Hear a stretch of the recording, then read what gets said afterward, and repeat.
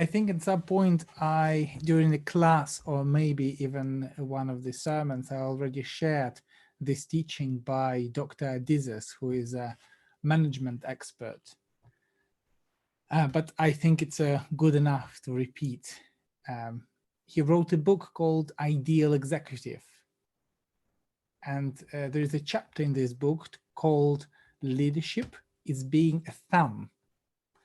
In one of his interviews, he drew an example of famous Middle Eastern symbol called the Khamsa.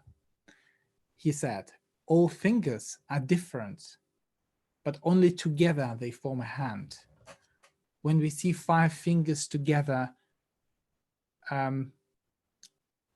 different and together, it's a symbol of Khamsa. It's a symbol of blessing. But when we see that 5 fingers are different and separate, it's a symbol of a curse in the Middle East. He asks then, what's the role of leadership? The true leader, he says, is like a thumb because it's the only finger which works with all other fingers and unites them. This week's Parashat also has something to teach us about leadership. It tells us the story of Korach. This is a well-known story about a challenge to Moses' leadership. Korach, along with Datan and Abiram, declares that all the Israelites, not just Moses and Aaron, are holy. On the one hand, Korach has an important message, and I don't think any of us would disagree with him. And we were told in the book of Leviticus, Kedoshim tihiyu, ki kadosh ani Adonai Elohechem, you shall be holy, for I, the Eternal One, your God, is holy. So everybody is holy, and Korach is right. On the other hand, Moses didn't deny this, and it looks like an empty accusation, in vain, a malicious attempt to rebel against Moses and the priestly leadership of the Israelites.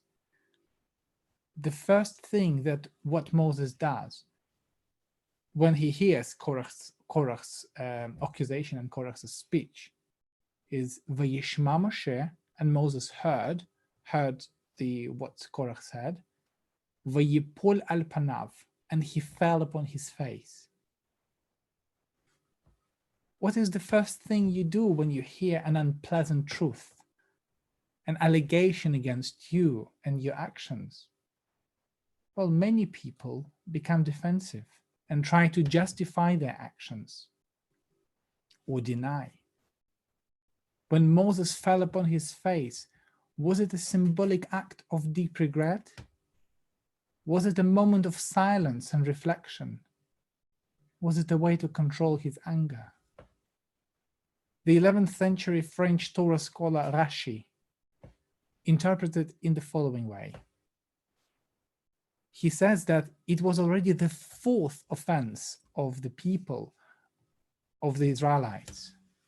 The first one is when they sinned by worshipping the golden calf. The second one, in the case when people complained and wanted to return to the slavery in Egypt. The third one was the incident of the spies, or the sin of the spies, 12 spies.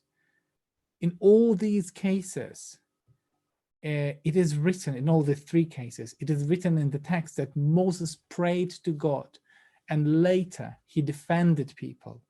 Rashi noticed that the defense, that there is a difference now in this case, in the case of rebellion of Korach. Moses did not pray. He felt powerless. Rashi cites a midrash, a parable comparison of this story with some other normally made up story. He writes, this story may be compared to the case of a prince who sinned against his father, and for whom prince's friend gained forgiveness, not once, not twice, but 3 times. When the prince offended the king for the 4th time, the friend felt powerless, and he said, "How long can I trouble the king?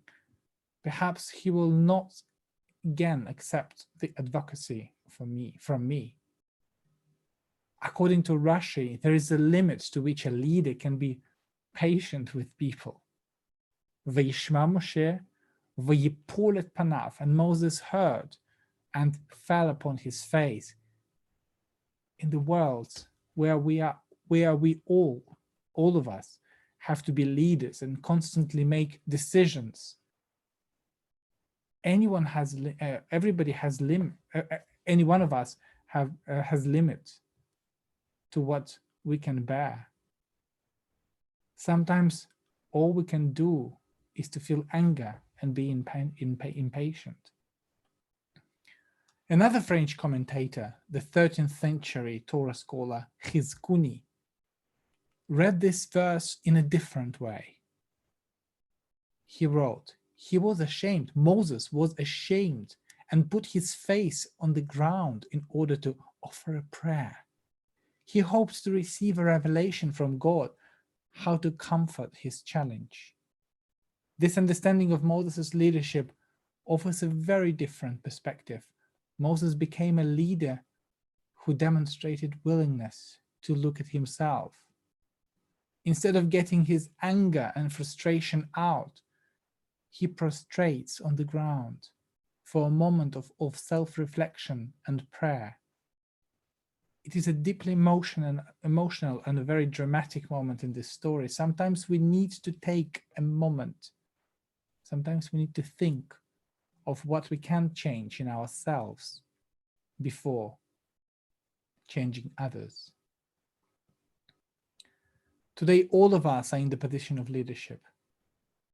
We make many decisions every day, and even more so since the March the 23rd, when the lockdown was announced.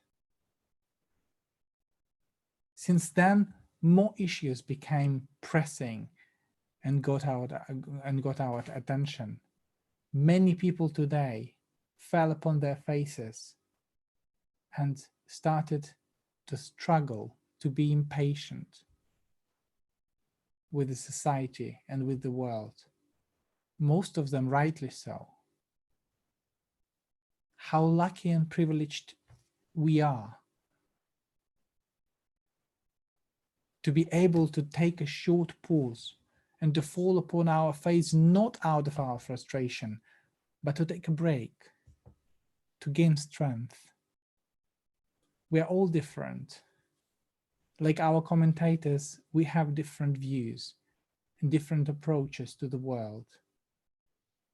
Let this Shabbat be a quiet time, the time of peace and reflection, so that after we can be together and good leaders for our community, our society, and the world.